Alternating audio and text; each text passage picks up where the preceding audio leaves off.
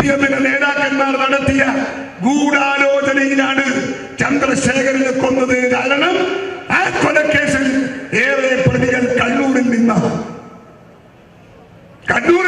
കൊടിസുനി അടക്കമുള്ളവർ കണ്ണൂരിൽ നിന്ന. അപ്പോ കണ്ണൂരിലെ കൊലയാളികൾ CPM ഗുണ്ടകൾ അവിടെ പോയി ചന്ദ്രശേഖരനെ കൊല്ലണമെങ്കിൽ കോഴിക്കോട് ജില്ലയിൽ കോഴിക്കോട് ജില്ലയും കണ്ണൂർ ജില്ലയും നേതാക്കന്മാരുടെ ചർച്ചയ്ക്ക് വിധേയമായാണ് ആ കൊലപാതകം നടന്നത് എന്നതൊരു യാഥാർത്ഥ്യമാണ്. മാത്രമല്ല പിണറായി വിജയന്റെ നിർദ്ദേശവും അതിന്റെ പിറകിലുണ്ട്.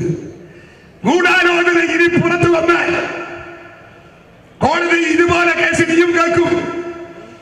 അതിൽ ഗൂഢാലോചന പുറത്തു വന്നാൽ നിങ്ങളെ സാക്ഷ്യത്തിൽ ഞാൻ പറയുന്നു, പിണറായി വിജയൻ ആ കേസിന്റെ അകത്ത് പ്രതിയാകുമെന്ന കാര്യത്തിൽ ഞങ്ങൾക്ക് ആർക്കും ആശങ്കയില്ല. അദ്ദേഹത്തിന്റെ നിർദ്ദേശമാണ് കൊല. ആ കാലത്തൊക്കെ കോഴിക്കോടായാലും കണ്ണൂരിലായാലും ആര് കൊല്ലണമെങ്കിലും പിണറായി വിജയന്റെ പെർമിഷൻ വാങ്ങണം. കണ്ണൂരൊക്കെയുള്ള മുഴുവൻ കൊലപാതകങ്ങളും അങ്ങനെയാണ്. എത്ര ആളുകളെ വെട്ടി നുറുക്കിക്കൊന്നു.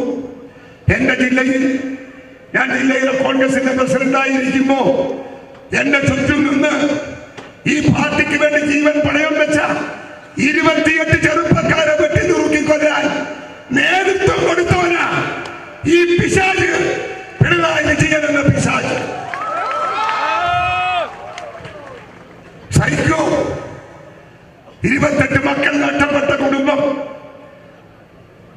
അവരെ കൂട്ടിച്ചേർത്ത് പിടിച്ച് ഇന്നും കണ്ണൂർ ജില്ലയിലെ രാഷ്ട്രീയത്തിൽ ഞാൻ നിൽക്കുന്നു എന്നതാണ് സത്യം. സുഹൈബിന്റെ രക്തസാക്ഷിത്വം ഈ കഴിഞ്ഞ 6-ാം തീയതിയായി.